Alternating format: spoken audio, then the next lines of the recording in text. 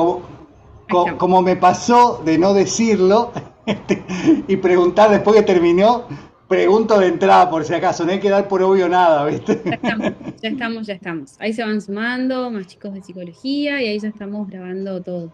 Bueno, me gustaría para empezar que me cuenten un poco, no sé, Ilse, si querés contarme, si me quieren contar Marcelo, la profe, qué vienen viendo en estos temas de orientación vocacional, qué vienen aprendiendo los chicos. ¿Quién se anima a compartirme un poco de en qué estamos? Hola María, soy Julieta, soy la profe de orientación. Yo comparto, bueno, esta asignatura con los chicos de tercer año y la materia empezó ahora el segundo cuatrimestre, recién hace poquito, así que los primeros encuentros más que nada empezamos a hablar un poco de para ellos qué era orientación vocacional, justamente qué noción tenían por ahí de esa palabra, del proceso y más que nada también parte de nuestro rol como futuros psicopedagogos, ellos qué consideraban que, cómo sería el acompañamiento que vamos a realizar o que ellos van a realizar con las personas. Así que pudimos dar eso y después, bueno, ya empezamos con este taller con Ilse, que la idea es que ellos puedan realizar una práctica con estudiantes de la secundaria. Ajá, ok. Y Te, bueno, te, estamos en proceso. Ajá, te, sí, sí. te recuerdo porque por ahí pasó un tiempo, nosotros ahí como institución, la Mariano, así como la conocemos, la Mariano Ferreira tiene secundaria a la mañana, ¿sí? Y secundaria para adultos también, ¿sí? Ujú. Entonces la idea sería compartir esto, digamos, y acompañarlos a los hermanos más chicos Ujú. en esto, digamos, de ayudarlos a reflexionar sobre la vocación. Entonces la idea es que pusimos como proyecto proceso, proyecto vocacional en contextos invalidantes. Ujú. Perfecto, perfecto, perfecto. Vamos a enfocar por ahí. A ver, de los que se van sumando entonces, sí les pido, a ver, voy a silenciar algunos por las dudas, para que no nos escuchemos doble. Uy, sin querer, ahí está. El grupo grande no lo quiero silenciar, así que ahí solicité para que vuelvan a tener sonido habilitado. Sí me gustaría que me cuenten entonces, ¿qué vienen entendiendo por orientación vocacional? ¿Qué se supone que se hace en orientación vocacional? ¿De qué se trata esta práctica en la psicopedagogía, en la psicología? ¿Qué vienen aprendiendo? ¿Algún valiente o alguna valiente? Uy, ahora no los estamos escuchando. Ahí les solicito para que se... No, no, no, es acá en la computadora. Marcelo, si está cerquita, por favor, hay que reactivar el audio de ustedes.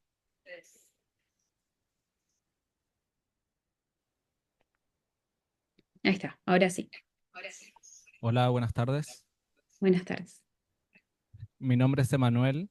Yo entiendo la orientación vocacional como una herramienta para asesorar u orientar a las personas con respecto a su futuro laboral en base a sus deseos, a sus perspectivas a futuro y también ayudarles como a proyectar lo que quieren ser en base justamente a esto, si concuerda con sus deseos, sus expectativas y llegar como a una manera en la que se pueda completar eso entendiendo su contexto. Ajá, ok, muy bien, buenísimo, Emanuel, muchas gracias. Bien, bien completo. Vendría a ser en este caso orientación vocacional destinada principalmente a salidas laborales. A ver, ¿quién más se anima a compartir o ampliar lo que ha dicho Emanuel?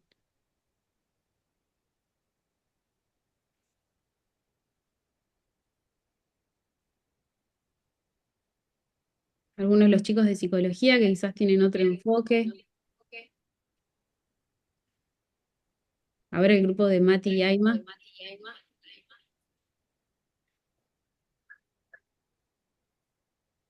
A ver, a ver, a ver. Hola, buenas tardes. A ver.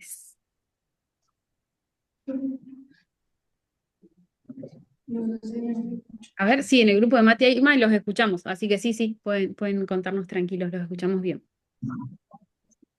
¿Escucha bien? Sí, se escucha.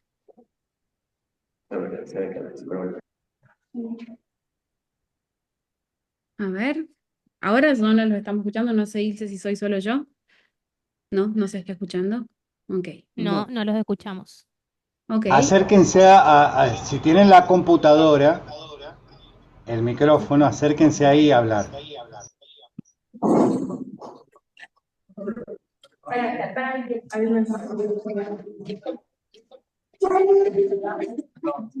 Estamos con mal internet acá en la facultad. Ahí estamos tratando de conectarnos de otro celu para activar el micrófono. ok, ok. Bueno, muy bien. Mientras ustedes van entonces viendo estos temas técnicos, la definición que plantea Emanuel es una buena forma de empezar a pensar el tema de las elecciones vocacionales, las elecciones ocupacionales, ¿sí? Vale, les voy a compartir acá diapositivas un momentito para que vamos guiándonos un poquito, ¿sí? Una buena forma de pensar el proceso de elección vocacional es, primero que nada, pensar en las experiencias que ustedes mismos ya han tenido, ¿no? O sea, el hecho de que estén sentados ahora en una clase, estudiando psicopedagogía, estudiando psicología, quiere decir que en algún momento ustedes se sentaron a pensar qué querían hacer, ¿sí? Entonces, aprovecho para que cada uno agarre una hoja, ¿sí? Veo que están todos ahí con sus cuadernitos. Entonces, cada uno agarre una hoja y anote algunas palabras claves que vengan en base a estas preguntas, ¿sí? Me gustaría que piensen cómo fue su proceso de elección de carrera, si en ese momento la carrera la guió algún sueño que tenían para su futuro, algún proyecto que tenían en mente. Piensen si hubieron personas que hayan acompañado el proceso de elección, quizás algún profesor, alguna profesora, quizás algún familiar, algún hermano, alguna mamá, algún papá, algún tío, algún amigo que haya funcionado como mentor, ¿sí? Si alguien acompañó ese proceso de elección, algún orientador que los haya ayudado, alguna orientadora. Em, si tienen claridad, pueden recordar también cuáles fueron los factores que ustedes consideraron a la hora de elegir la carrera. ¿Sí? Hay diferentes cosas que podemos priorizar. Y si pueden, anoten también algunas palabritas. Ilse, vos también, ¿no? Te veo mirando la pantalla, pero espero que estés haciendo también tu tarea. Así trabajamos todos. Y también, bueno, Julieta, Marcelo, si quieren, también pueden participar. Y también pensar, traten de conectarse con esa versión de ustedes antes de elegir, antes de empezar a estudiar su carrera. Piensen en esa versión, qué cosas los entusiasmaba, qué cosas te entusiasmaban a nivel personal y cuáles cosas te podrían preocupar en ese momento. ¿Sí? Tómense, yo voy a dejar la pantalla puesta, pero traten de conectarse con esa versión de ustedes más pequeña que se enfrentó con la situación que están enfrentando las personas que ustedes van a acompañar pronto en los talleres de orientación vocacional, ¿sí? Ahí estoy mirando las cámaras, veo que algunas personas están escribiendo, así que vamos a aprovechar eso. Y si alguno lo va teniendo, no voy a necesitar que lo compartan en voz alta, pero sí, si pueden levantar la mano, así yo voy sondeando cómo vamos avanzando. Si ya lo resolvieron, si ya anotaron palabras claves, levanten la mano, así yo puedo saber más o menos cuántos ya están con esto, ¿sí?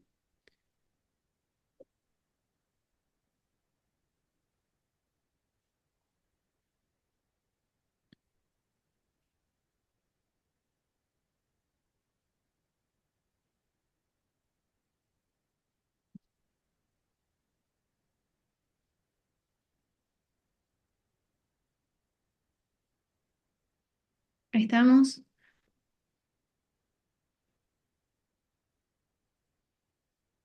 ¿Cómo vamos, Julieta, por ahí? ¿Cómo los ves a los chicos? Bien, están todos acá escribiendo, Ajá, están concentrados. ok, muy bien. Vamos a dar unos minutitos más entonces para que terminen de Sí, sí, por favor. completar esto. Ilse, ¿vos ya estás? Muy bien.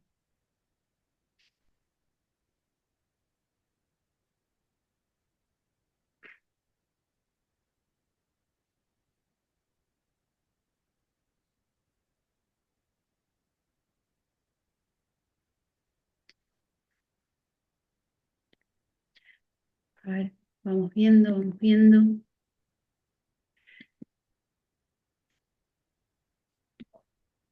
Aida, ¿vamos bien por ahí? Kevin, ustedes que son los valientes que se conectaron por cuenta propia.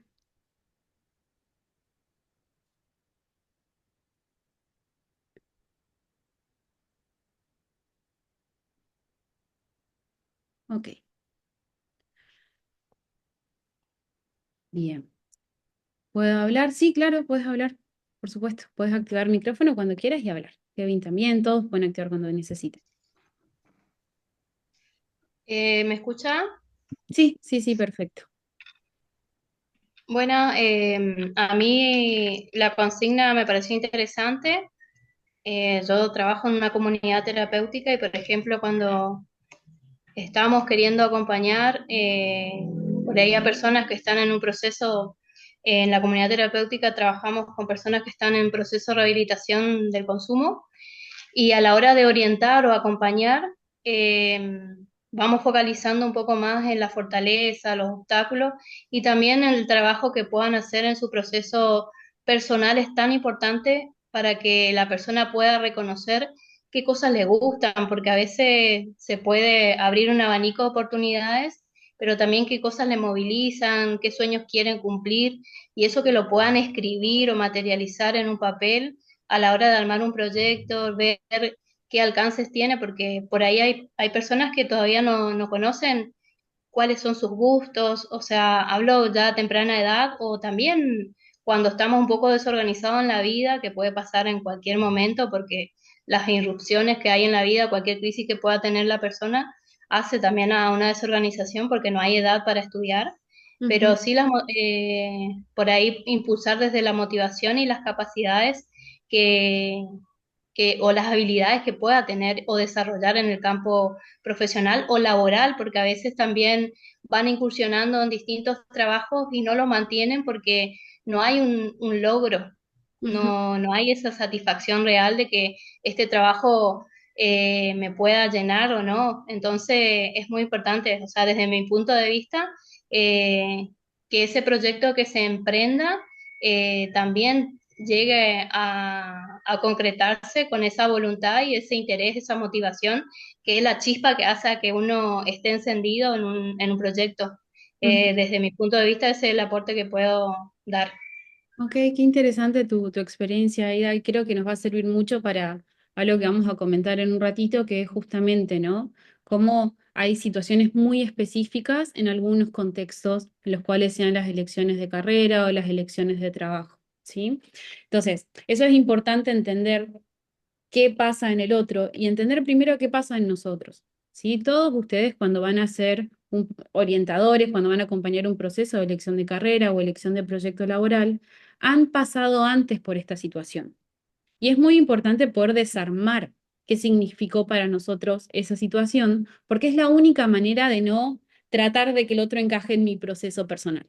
¿Sí? Cuando nosotros vamos a trabajar con personas en contextos vulnerables, no necesariamente esas personas están en la misma condición con la que han elegido ustedes.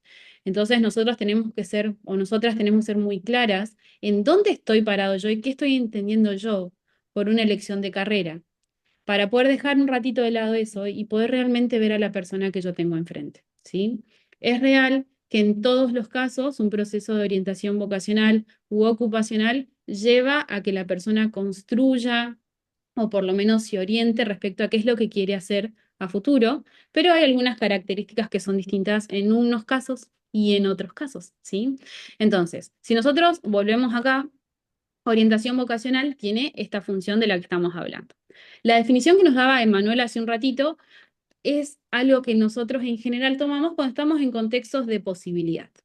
¿Sí? En un contexto de orientación vocacional tradicional, ¿sí? Un contexto como una clase media o una clase alta a nivel socioeconómico, en general hay ciertas cosas que vamos a plantear con bastante soltura.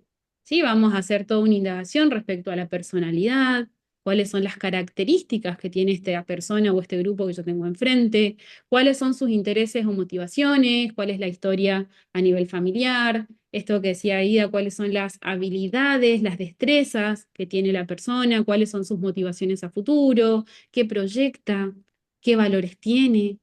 ¿sí?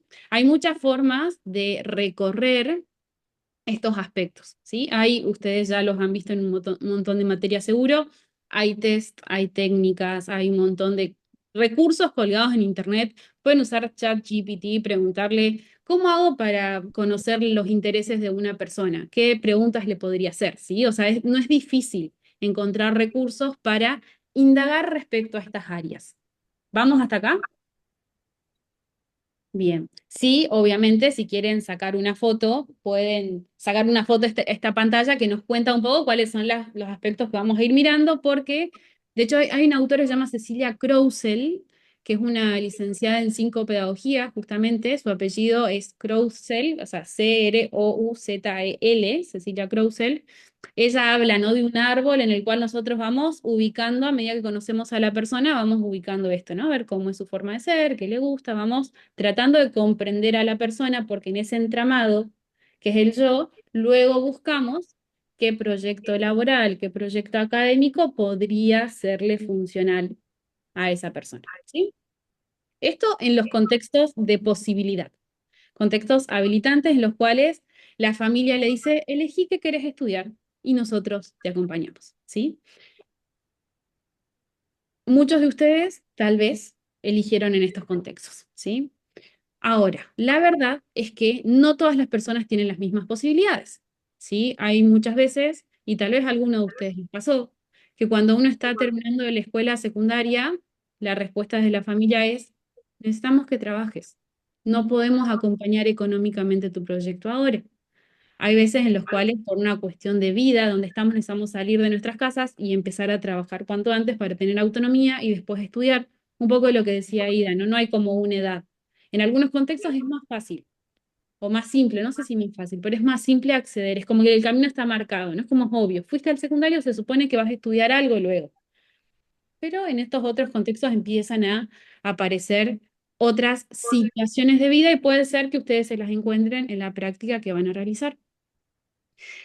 Em, y tomando su hoja, mirándola, piensen esto, ¿no? Si ustedes hubieran crecido en esos otros contextos, en contextos donde no es obvio que vas a estudiar, en contextos donde todavía no hay profesionales en tu familia, ¿sí? Ni personas que tienen ningún tipo de titulación. Si hubieras crecido en un contexto de dificultades económicas, de violencia en casa, de consumos problemáticos, como decía Ida, o si creciste en esos contextos, anótense estas preguntas. ¿Cómo crees que la falta de recursos económicos, la falta de apoyo familiar o un contexto invalidante podría afectar tu proceso de elección? ¿Qué recursos en una situación así pensás que habrías necesitado o si lo viviste, fueron necesarios para seguir adelante con tus sueños o con tus proyectos? Y quiero que todos, por favor, anoten estas dos preguntas en sus hojas, porque estas preguntas nos ayudan a entender mejor a la persona con la que vamos a trabajar. ¿Sí? Si Por yo, ahí, Guada, sí, disculpa, por sí, ahí, claro. con los dos motivos, como para que surja de herramienta, también nos podemos encontrar, y esto, por eso es importante también tener la confianza de preguntar si alguna palabra no entendemos. O sea, por ejemplo, si todos entendemos lo mismo por contexto invalidante. Ujú. ¿Todos entienden qué sería un contexto invalidante o qué creen que sería un contexto invalidante? A ver, ¿qué Esto dicen? mismo, esto mismo es lo que nosotros tenemos que asumir, que también cuando tengamos que preguntar, hacer preguntas para los chicos, lo primero que tenemos que tener en cuenta es el contexto de recepción y que se entienda lo que queremos buscar, porque si no vamos a estar, o sea, hablando nosotros solos, digamos. Ujú, Entonces, por eso, por ahí es importante saber si ustedes, ¿qué entienden ustedes por contexto invalidante? ujú. A ver, qué dicen todos?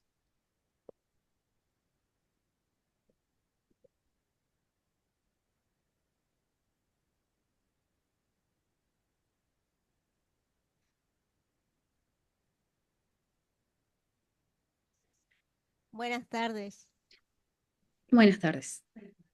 Creo que contexto invalidante es un contexto que no da las oportunidades, desde mi perspectiva, no lo digo, un contexto que no da la posibilidad a esa persona a poder acceder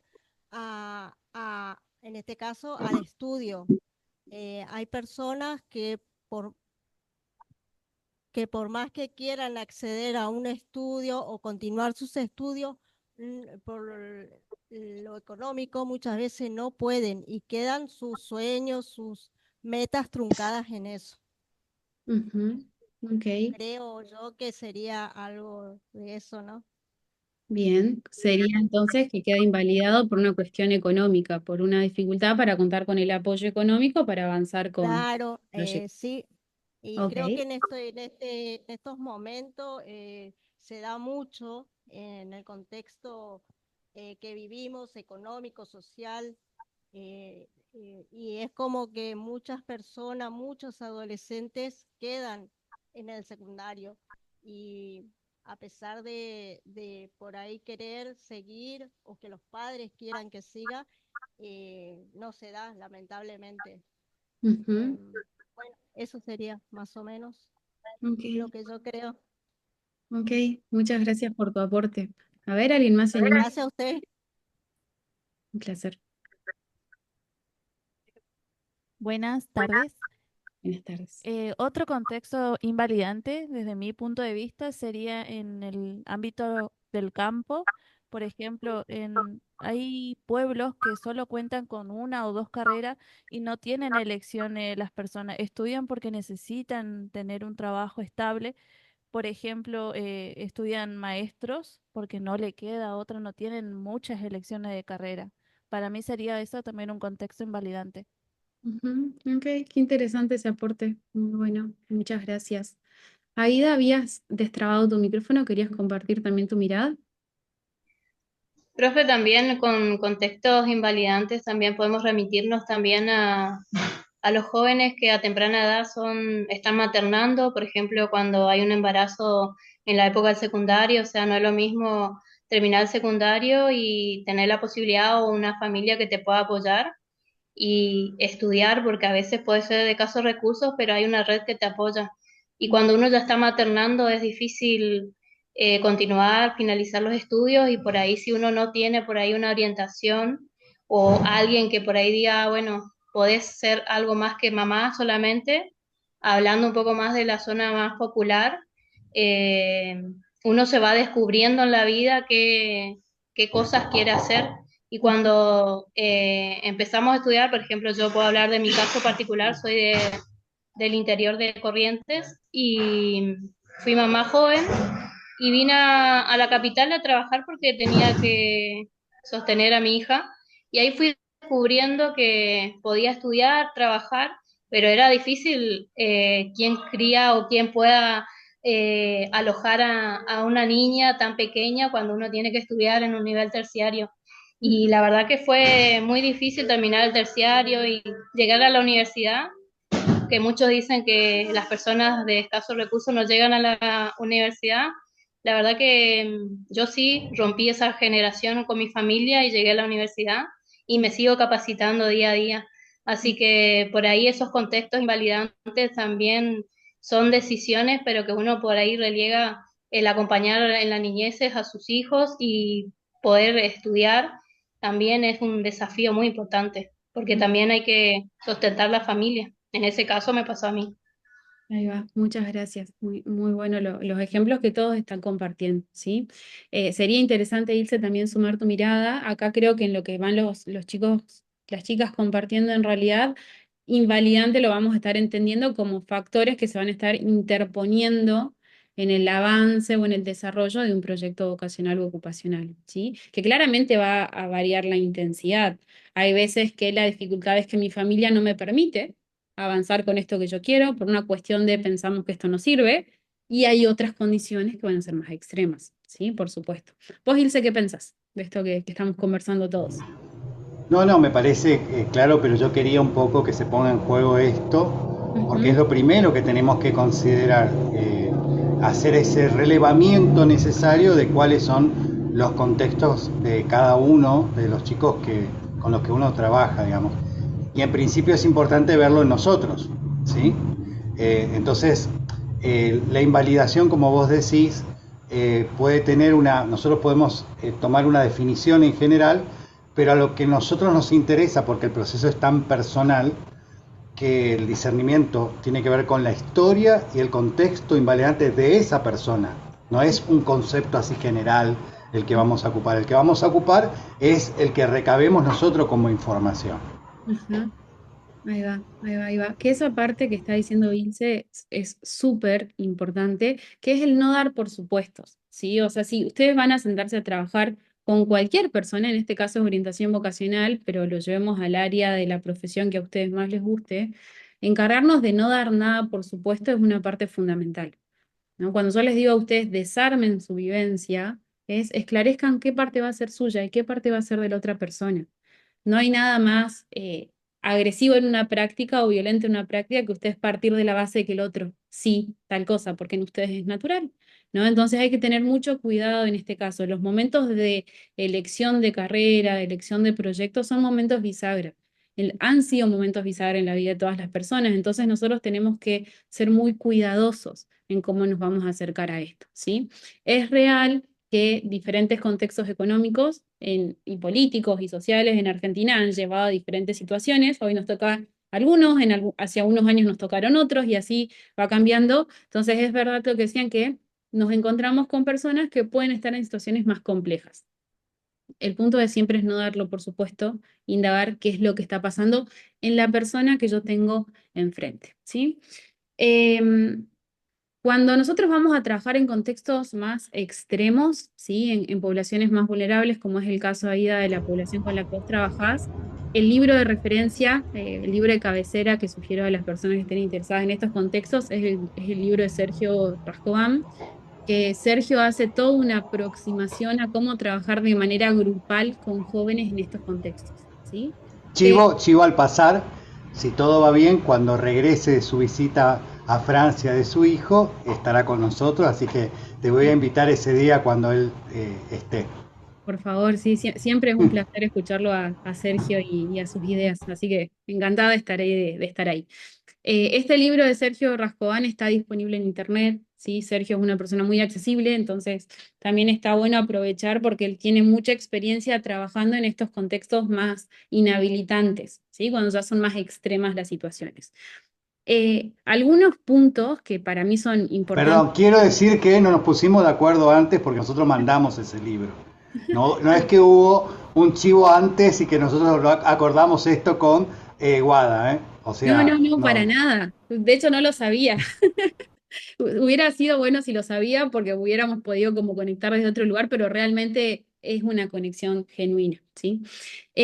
A ver, acá esto es un poco lo que estamos hablando, ¿no? En ese yo que nosotros vamos a analizar, a veces pensamos que lo estamos analizando de manera aislada, pero hay un contexto que acompaña todo ese proceso de elección de carrera, ¿sí? Entonces, de ese lugar nosotros tenemos que ir indagando cuáles condiciones pueden estar afectando el análisis de ciertas oportunidades para la persona con la que vamos a trabajar. Y acá hay un punto que Rascobán menciona en ese libro que está muy bueno tener en cuenta, está vinculado ahí a lo que vos decías, y es que muchas veces en contextos complejos a nivel social o a nivel económico, empezamos a encontrarnos con lo que son las trayectorias transicionales. ¿Sí? En un caso, en un contexto de total posibilidad, la persona va a empezar y va a terminar la carrera, se va a dedicar a estudiar, ¿no? Es como que tu trabajo es estudiar, dicen algunas familias. Algunas familias tienen esa posibilidad. Cuando empezamos a encontrarnos con otras variables que van interfiriendo en estos procesos, ya sea de elección o de desarrollo de carrera, vemos que se van interrumpiendo por diferentes factores, ¿no? Que no va a ser lineal, sino que se discontinúa, a veces impredecible, lo que decía Ida, ¿no? Bueno, me mudé de ciudad, tuve que empezar a trabajar, el trabajo no funcionó, tuve que ver cómo hacía con la crianza, pueden haber otros factores que estén influyendo. Que eso no solo aparece en la vida adulta, en algunos contextos también lo tenemos en el secundario. Entonces también tenemos que nosotros indagar respecto a estas variables que pueden estar influyendo en la elección de la persona, ¿sí?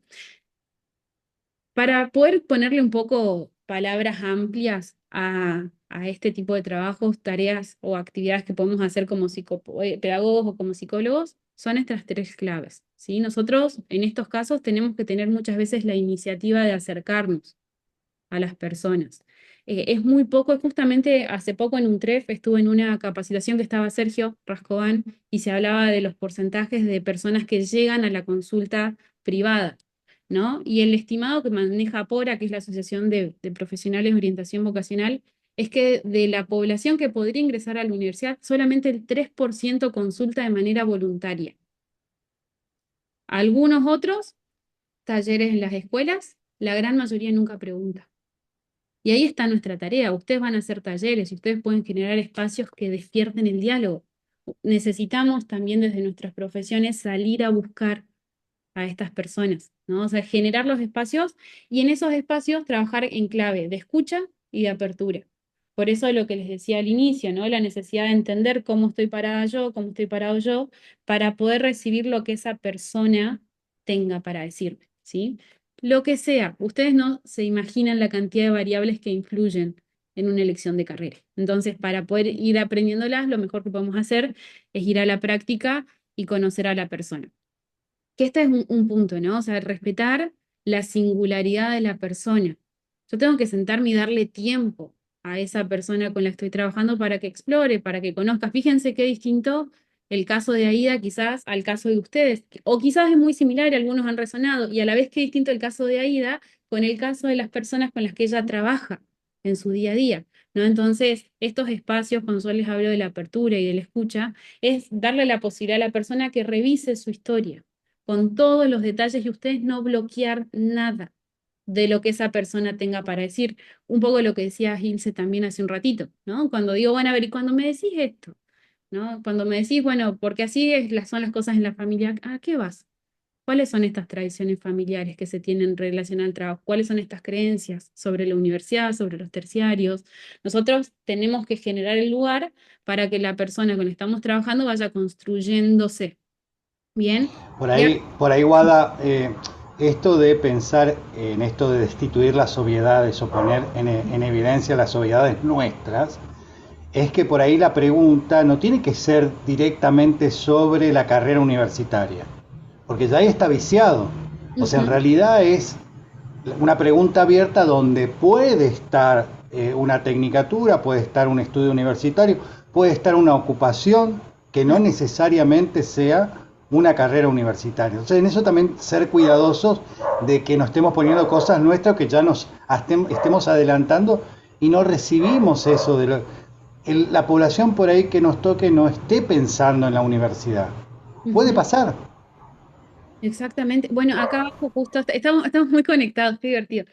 Justamente, ¿no? Como evitar la tendencia a imponer la categoría diagnóstica, la categoría evaluativa que limite la libertad de la persona, ¿no? Porque cuando uno dice orientación vocacional, parte de la base de que la persona justamente va a querer ir a estudiar, pero si quiere trabajar, pero si quiere formarse en un oficio, pero si se quiere ir a vivir a otro país y hacer una visa de trabajo, ¿no? ¿Por qué nosotros tenemos que saber de antemano qué es lo que el otro quiere?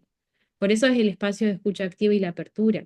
Nosotros no sabemos qué está pensando la otra persona, entonces todo lo que sea evitar una categoría tenemos que intentar hacerlo. Por eso yo no estoy a favor de todos los que son los test psicotécnicos y más cerrados, porque cuando yo le digo a la persona, completame este chaside, yo estoy diciéndole, ah, listo, te viene bárbaro odontología.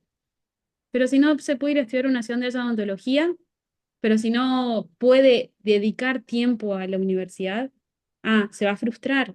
Entonces, nosotros está bueno no ser categóricos en eso, sino realmente darle la posibilidad a la persona.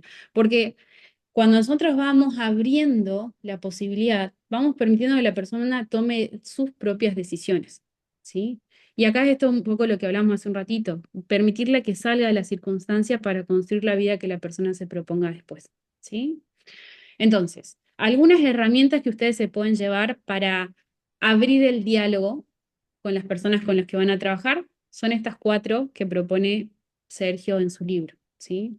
Por un lado está el set de imágenes ocupacionales, que lo estudiaron ya algunos ya lo estudió, ya sabe qué es el set de imágenes ocupacionales, ¿no?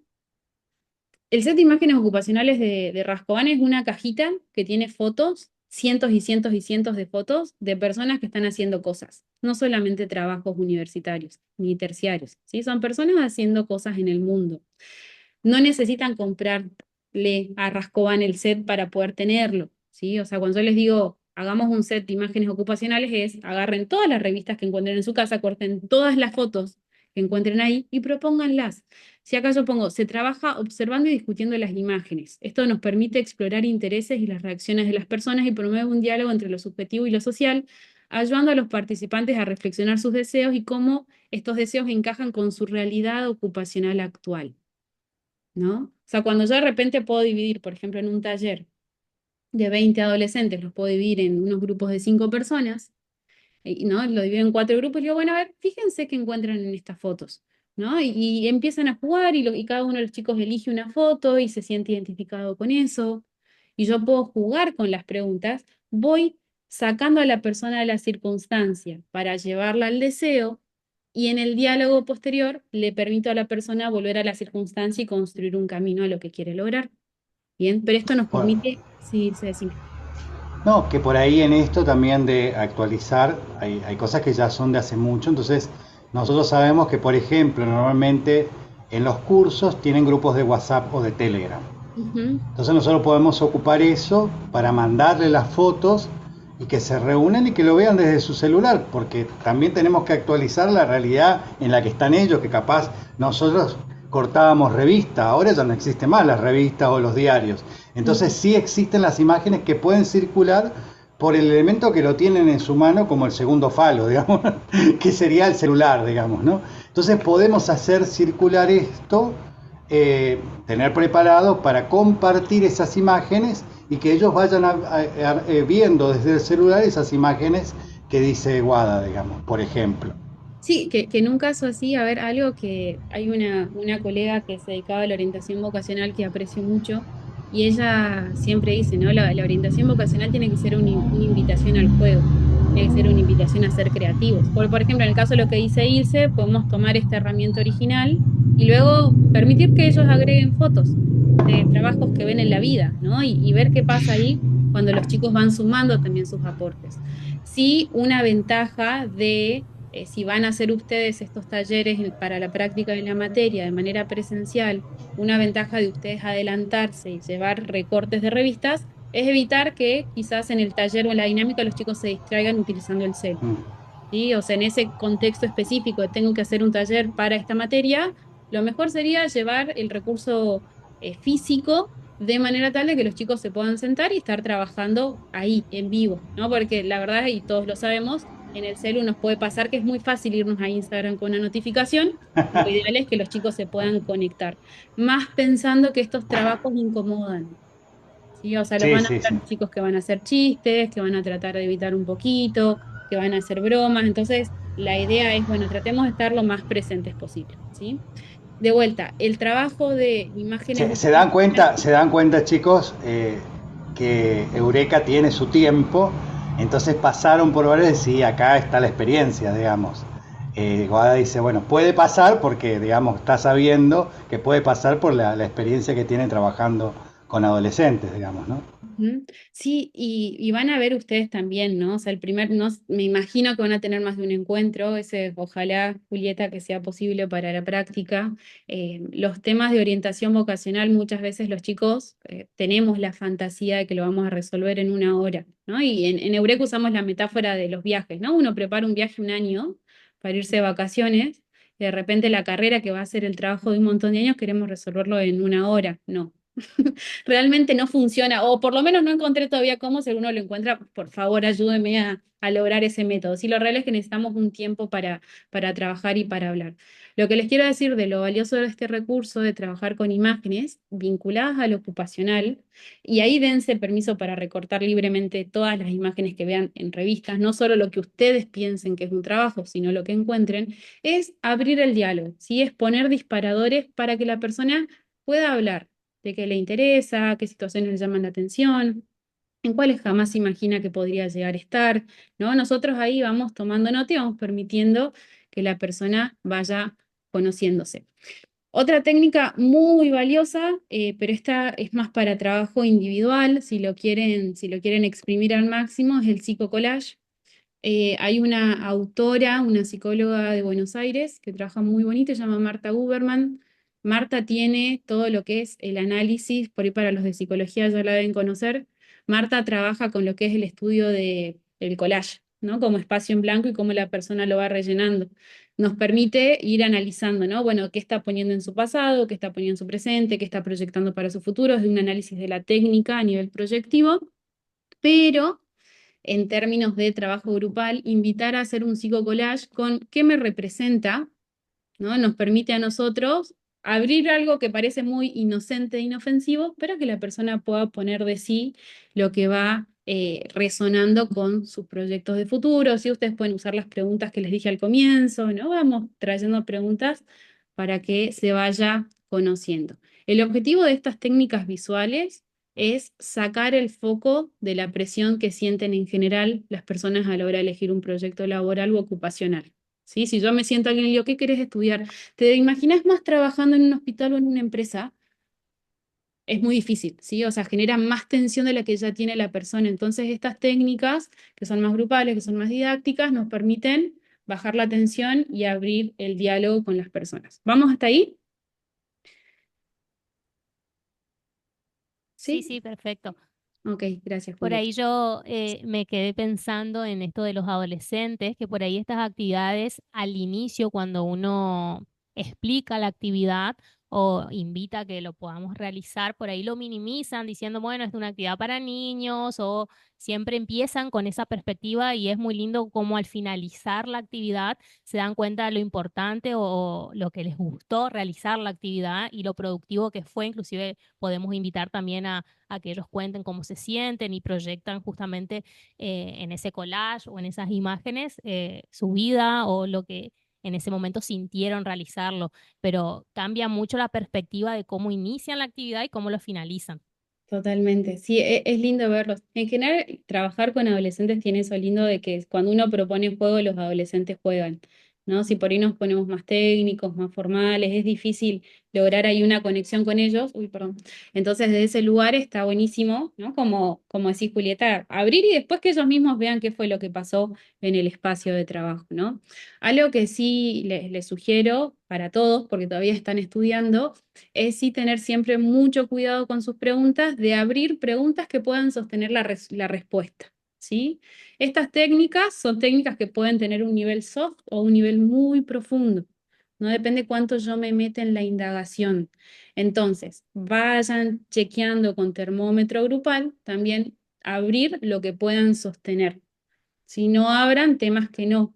Entonces, si ustedes ven que una persona se sensibiliza frente a esta técnica muy rápido, lo mejor es tener cuidado en frenarla.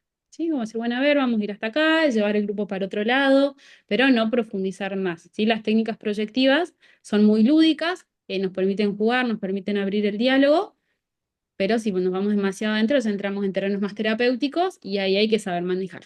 ¿Sí? Entonces, tengan cuidado.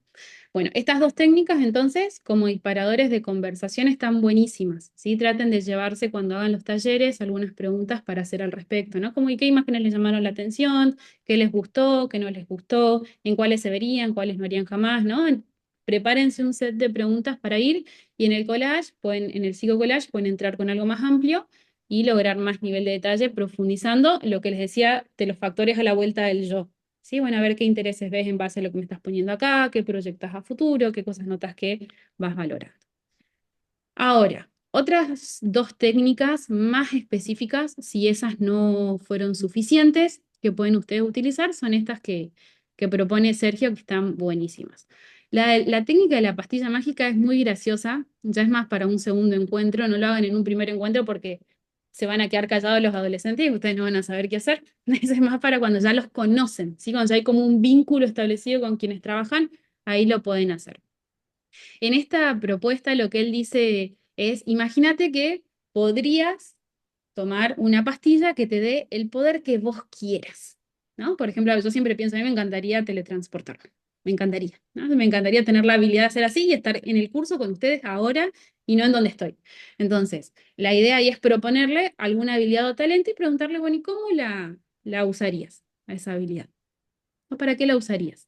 Y eso es muy lindo porque también es un juego. Sí, que primero siempre adolescentes sepan, van a haber bromas, tienen que esperar 2 o 3 minutos de bromas y después empieza la conversación en serio, ¿sí? Entonces va a haber alguna broma, pero bueno, ustedes vayan por los que están conectando en serio con la actividad y a nosotros nos permite ver, por un lado, si hay alguna dificultad para detectar habilidades, ¿sí? O sea, si de repente estoy teniendo un chico que no puede engancharse, ¿no? No tiene ni siquiera permiso para ir con esta actividad. Y por otro lado, ver también cuando se van enganchando para dónde corre lo que decimos el deseo, ¿no? O sea, dónde están estas ganas de desarrollarse. ¿Esté o no esté la habilidad todavía desarrollada? Acuérdense, no somos producto de nuestras circunstancias, somos producto de nuestras decisiones. Entonces, nosotros hacemos énfasis mucho en el deseo. Esta es divertida como para abrir un segundo taller de orientación vocacional. Y continuada de esa, en una segunda experiencia, ustedes pueden trabajar con esta técnica que es muy linda para entender dónde están paradas las personas y en base a dónde están paradas también dónde quieren estar paradas a futuro. La técnica pasado, presente y futuro es lo mismo, ¿no? Dividimos el grupo en personas, en grupos más chicos. Esto traten de respetarlo siempre. Poner un adolescente frente a otros 19 adolescentes a hablar no funciona en general. Pero si los llevamos a grupos más chiquitos, sí, trabajan recontra lindo. No quieren exponerse frente a todo el grupo, entonces lo ideal es bajar a grupos más pequeñitos, ¿no? Entonces lo que nosotros podemos hacer con esta técnica pasado, presente y futuro, dividido los grupos, les pedimos que en una cartulina pongamos 3 columnas. En una va a decir pasado, en la otra va a decir presente y en la otra va a decir futuro. Y lo que tienen que hacer cada uno de los grupos es trabajar en explicar qué significa para ellos, qué caracteriza para ellos el pasado, el presente y el futuro. ¿Sí? Ahí nosotros podemos indagar en lo que es el pasado, cuestiones de contexto que puedan estar interfiriendo en la proyección a futuro.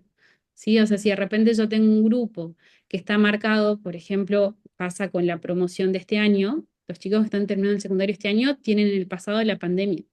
Todos los chicos que están terminando el colegio en 2024 ingresaron al secundario el año de la pandemia. Y es una marca muy importante en la identidad de toda esta promo, ¿no? Entonces yo ahí puedo revisar a ver qué está del pasado afectando en la familia, en el contexto educativo, en el contexto político, social. El presente me permite ver cómo se percibe la persona ahora, ¿no? Si está esta noción de posibilidad o no.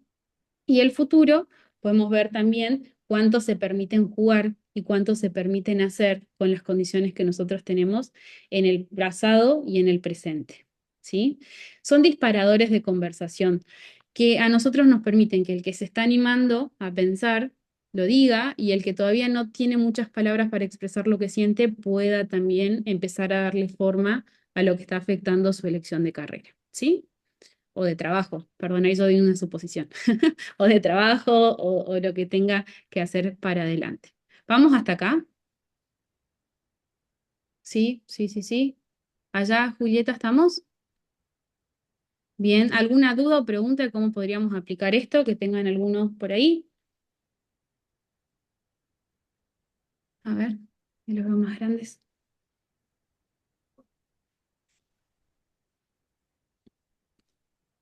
Emanuel, ¿querés Yo tengo contarnos una... algo? Sí. Sí, sí, hay como edades estipuladas para aplicar estos test. No. No, no, no. La verdad es que no. O sea, en general estos temas los vamos a trabajar con chicos de más de 16 años, en general. Algunos chicos que tienen como contextos familiares muy específicos se preocupan por la elección de la orientación en el secundario, pero la verdad es que en todos estos años de práctica es muy poca la población que en ese momento trae esta necesidad. De 16 en adelante puedes trabajar con alguien de 50 años con esta técnica, o con alguien de 17 o con alguien de 32, en todos los casos sirven, ¿sí? Por eso traté también de, no sé específicamente, ahora sé que es con el secundario, puntual, pero no sabía específicamente el grupo etario. Entonces estas técnicas las podemos adaptar. Obviamente que el tono en el que lo voy a presentar va a variar, ¿no? Si yo me estoy parando frente a un grupo de personas de 60 años eligiendo su proyecto jubilatorio, voy a tener otro tono, quizás con un adolescente use memes para hablar de, no sé, meme de ese que está con el cálculo matemático para decir la confusión cuando estoy por elegir qué hacer.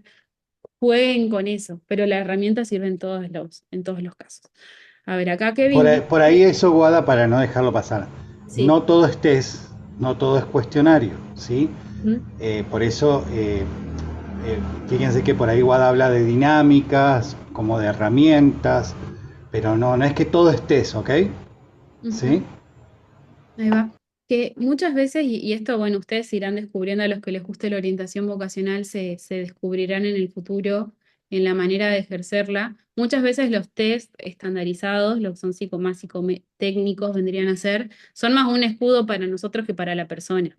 En mi trabajo en orientación vocacional, la verdad es que la respuesta viene de la dinámica, viene de la sesión uno a uno.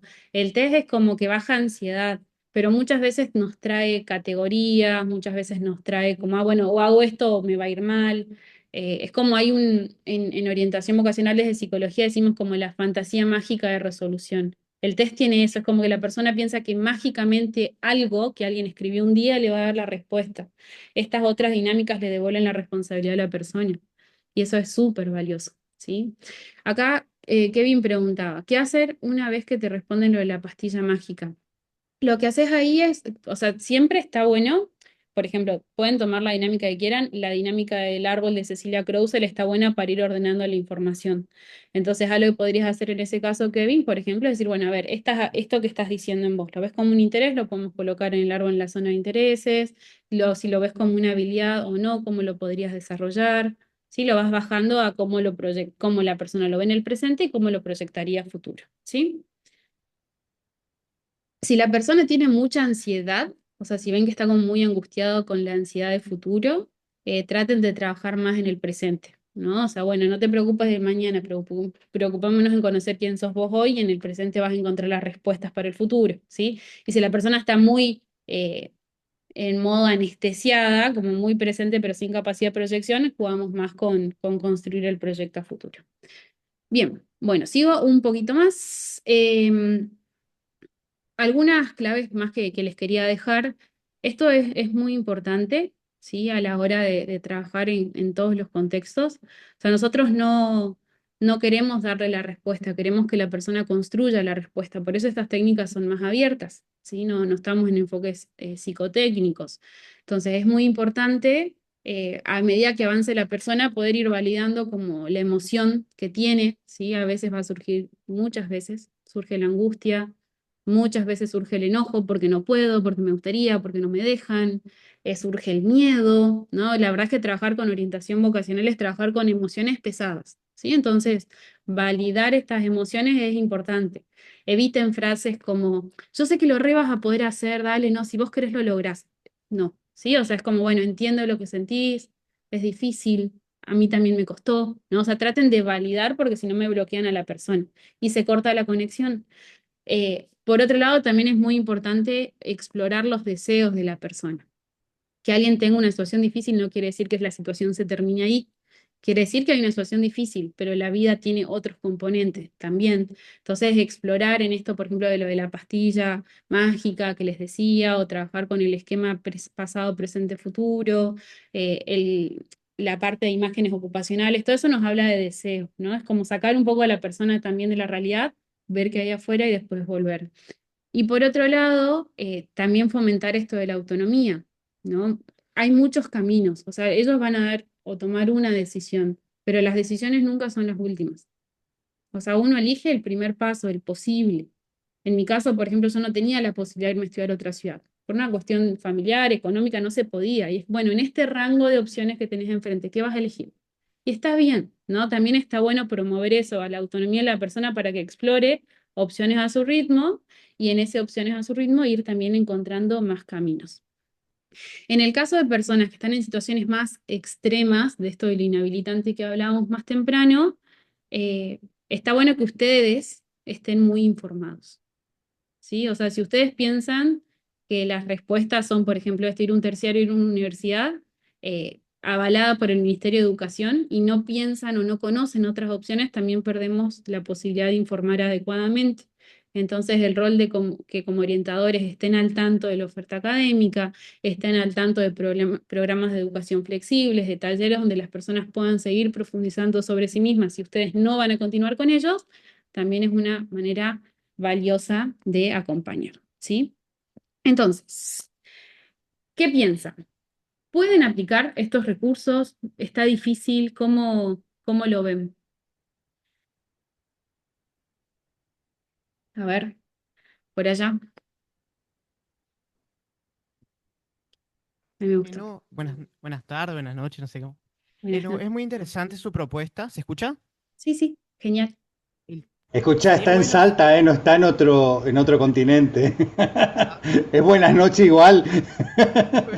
no, porque Está son bien las que 8. quede. Son las 8 por eso. Ok. No, bueno, retomando lo que estaba diciendo, el tema del autor este a trabajar es muy interesante, pero también me gustaría saber más o menos, por ejemplo, si el niño, el adolescente, en el caso ahora, es adolescente, le gusta una orientación, una vocación, una profesión, no solamente eso, sino los emprendimientos, capaz que no quiere estudiar, quiere emprender, pero el tema es cómo trabajar directamente con los padres. Porque muchas veces sucede que, está bien, mandatos culturales, estructuras sociales o familias muy rígidas son atravesadas los adolescentes. ¿Cómo intervenir en ese caso? Ajá, bien. Bueno, eso en primer lugar depende mucho de cuál sea el contexto en el cual la consulta llega a vos o a ustedes, ¿sí? O sea, es distinto que alguien llegue a un consultorio, que ustedes estén en una escuela trabajando y ustedes estén trabajando en estos temas, a que, o sea, cambia mucho, ¿no? Cuán involucradas están las familias en los procesos de elección. En el caso que la familia esté involucrada, se trabaja directamente con las mamás y con los papás. Por ejemplo, en mi espacio de trabajo se llama Eureka Orientación. Después ahí lo pueden buscar si quieren un poco. Hay varias cosas de esas que hablo en el Instagram de Eureka. Yo trabajo directamente con la familia y con las creencias que tiene la familia sobre la elección post-secundario. ¿No? Porque algo que hay que tener en cuenta, no hay villanos en las elecciones de carreras. Hay personas con mucho amor preocupadas por el futuro de sus hijos o de sus hijas. Entonces, si nosotros cambiamos la perspectiva, nos abrimos a escuchar, ¿qué pasa? Un papá que dice, estudia abogacía, estudia medicina, estudia ingeniería, estudia una carrera tradicional, entiende que eso le da una garantía a su hijo, que vivimos en Argentina, que alguien me diga quiero una garantía, lo respeto, porque sé los dolores que hemos pasado como país. Entonces, nosotros, por ejemplo, en el caso de Eureka, que los papás y las mamás se comprometen a ser parte del proceso, trabajamos directamente sobre, ¿qué te preocupa? Esa es mi pregunta. ¿Qué te preocupa? ¿Qué pensás que es importante priorizar cuando tu hijo elige una carrera? Y ahí, y esto es mucho, eso sí anótenlo todos, es como algo fundamental en la orientación vocacional, desarmamos los mitos. Por ejemplo, es un mito pensar que una carrera te garantiza un futuro laboral. No hay, o sea, vivimos en Argentina, sabemos, conocemos, a mí me recuerda a Buenos Aires cuando voy en taxi ver que hay un médico que es taxista. Y estudió medicina, ¿por qué es taxista? Porque, bueno, nada te garantiza nada, ¿sí? Entonces, vamos desarmando los mitos que están detrás de la postura de los papás, ¿sí? Y los papás en general, si uno se siente, escucha por qué están preocupados, son súper receptivos. Nunca me pasó que un papá me diga, qué irracional lo que planteas. En general quieren trabajar, ¿sí? Ahora, si no tenés acceso a la persona, o sea, al adulto que está acompañando ese proceso y solo trabajas con el adolescente o la adolescente, mi sugerencia es invitar a esta persona que indague cuáles son los posibles miedos que tiene su familia, para él poder pensar cómo los podría enfrentar y después explicarle a sus papás qué está pensando, ¿no? Entonces, en un caso así, por ejemplo, si un papá, este chico quiere estudiar actuación, la típica, ¿no? Como que los papás cuestionarían, quiere ser actor. Y el papá le dice, no, mejor estudia, si te gusta hablar, estudia abogacía. En un caso así es como, bueno, a ver, ¿qué pensás que le preocupa a papá de que vos seas actor o actriz? Bueno, no, que papá piensa que va a ser inestable. Y le puedes preguntar, ¿vos pensás que puede ser inestable un trabajo de ese tipo? ¿Cómo lo podrías enfrentar para darle mayor estabilidad? ¿No? Lo que haces es esto, devolvés autonomía, fomentás autonomía en la persona. En Eureka hablamos de reforzar la responsabilidad que acompaña a la libertad. ¿No? Eso es lo que buscamos. Entonces, cuando vos lo invitas a pensar sobre cuáles son los riesgos que pueden estar haciendo que mamá o papá reaccione de esta manera, la persona puede hacer algo. En un caso extremo que la persona lo trabajó y que la familia igual le dice, esto es lo que tenés que hacer, lo que trabajamos ahí es la conciencia de la elección de este sujeto que está por tomar una decisión, porque también, y eso yo siempre les digo, también se pueden ir a vivir a otro lado y trabajar. ¿No? O sea, uno puede decir, no, ¿sabes qué, mamá? Cumplí 18 años, papá, les agradezco mucho, yo voy a hacer mi camino, ¿no? Porque eso también es una elección si alguien la quiere tomar. Entonces ahí lo que haces es jugar con, bueno, ¿cuáles son tus posibles escenarios? ¿Cuál es el que te hace más sentido a vos? Eso, chicos, Claro. tengan todos muy presente. Y Nosotros, después, Guada, otra cosita también que es muy puntual de nosotros es el hecho de que por ahí, hoy por hoy, viste, nosotros nos puede tocar de que no haya papá o mamá. En el grupo que nosotros vamos a trabajar, por ahí indagamos quiénes son los referentes adultos, Ujú, porque en muchos casos tenemos, de lo que vamos a trabajar, personas que por ahí no están con sus padres, por distintos motivos, por judicializados, por la población es una población muy particular también, entonces por ahí, en esto que por ahí decía Guada antes, testear, porque por ahí a veces no podemos generalizar, para nosotros podemos hablar de papá y mamá y por ahí ellos no tienen papá y mamá, ujú, ¿sí? ahí va. Entonces en esto también, a mí me pasó, digamos, también en eso de por ahí, o sea, depende del grupo, siempre es importante indagar, averiguar lo más que se pueda de las características del grupo. Y bueno, hay situaciones que, como hoy decía Ada, digamos, bueno, depende del grupo con el que vas a trabajar, tenés que indagar, por ahí no hay padres. Pero hay gente que cumple, que no haya padre no significa que no haya algún responsable, alguien, una abuela, una tía, Ujú, alguien, algún referente, ¿sí? ujú. Profe, Hola, Sí, escucha. disculpe. Ya Escuchamos, llegó nuestro dale, pero no profesor. te podemos ver. Sí, decinos. No sé, estoy acá. Ya llegó nuestro profesor y tenemos que ir a clase. Ok, ok, ok. Bueno, igual estamos acá cerrando. No sé si ustedes, tercero psicología, tienen alguna pregunta específica que Yo quieran tengo hacer. una duda. Sí. ¿Cómo ¿Quién? podemos trabajar con una persona adulta, por ejemplo, en un contexto que estaba estudiando y le atravesó un problema de salud y deja la carrera, una carrera universitaria? ¿Cómo? Y dice esta persona, bueno, salí de mi tratamiento, pero me frustra volver a iniciar toda la universidad y que me pase de nuevo lo mismo con el tema de salud. ¿Cómo podemos orientar a ese tipo de personas? Bien, bueno, ahí algo que es muy importante afinar el ojo, ¿sí? Y esto bueno, lo pongo ahí como un punto de medio de conclusión también, Ilse, así vamos también nosotros cerrando. Un punto muy importante de la orientación vocacional es entender que orientación vocacional es abordaje educacional y después en los espacios de orientación vocacional emergen a veces cuestiones clínicas. ¿Sí? Lo que justo el caso puntual que vos das sería un caso más clínico, no de educacional, porque no es que es una persona que me está diciendo realmente no sé qué quiero, no sé dónde el proyecto, está diciendo tengo miedo de frustrarme, entró lo subjetivo, ¿sí? Hay que tener el ojo rápido para derivar, para no generar una doble frustración en la persona. Esto que tiene que ver, por ejemplo, con los mandatos familiares, con la relación que tengo conmigo misma, con cómo manejo la exigencia. En el caso, por ejemplo, si tengo algún tipo de consumo que es problemático, si tengo un contexto social que me juegue en contra y no sé cómo pararme frente a eso.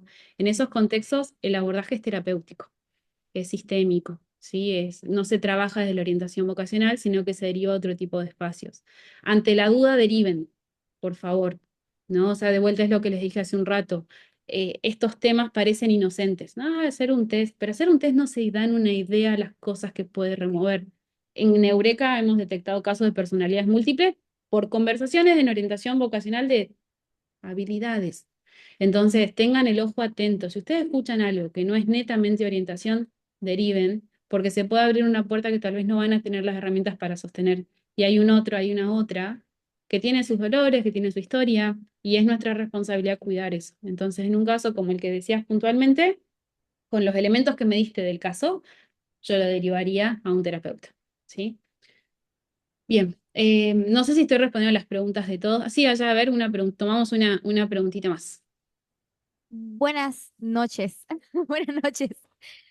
Una pregunta que me surgió. Sí. Nosotros que vamos a trabajar en secundario, bueno, vamos a trabajar con adolescentes y son complicados y puede surgir la situación de que hay algún alumno que no quiera participar en la actividad que le vamos a presentar. Ahí nosotros, ¿cómo o sea, qué haríamos? ¿Lo dejamos estar? ¿Lo motivamos a que quiera jugar? ¿Lo obligamos? O sea, no sé. ¿Qué herramientas utilizaríamos nosotros? Em, bueno, ahí un asterisco que dejo tarea para la casa para todos es, está muy bueno antes de ir a trabajar con los adolescentes que cada uno haga una lista de cosas que pienso sobre los adolescentes. ¿no? Porque hay muchos mitos, ¿no? El adolescente es complicado, el adolescente es problemático, al adolescente no le importa nada, el adolescente está desconectado, el adolescente... Los adolescentes, yo soy defensora número uno, son fantásticos. Son fantásticos. O sea, trabajar con la población adolescente creo que es lo mejor de las mejores cosas que me pasaron en la vida, ¿no? Entonces, muchas veces tenemos que esclarecer qué pensamos nosotros, porque si nosotros vamos con un prejuicio claro, que la realidad va a responder nuestro prejuicio. Entonces ahí tenemos que cuidar mucho.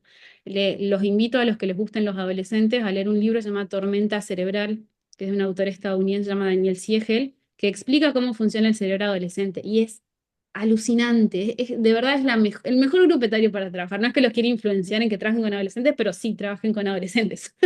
Es lo mejor que puede pasar. Entonces, dicho eso, hagan su confesionario, sean sinceros, porque esa experiencia también va a influir cómo se acerquen a los grupos. Por otro lado, respecto a la... Sí, ahí ¿De qué autor era, profe? Daniel Siegel, Siegel, Siegel. Tormenta cerebral, está en internet también dando vueltas. Respecto a la pregunta que me hacías recién, no obliguen.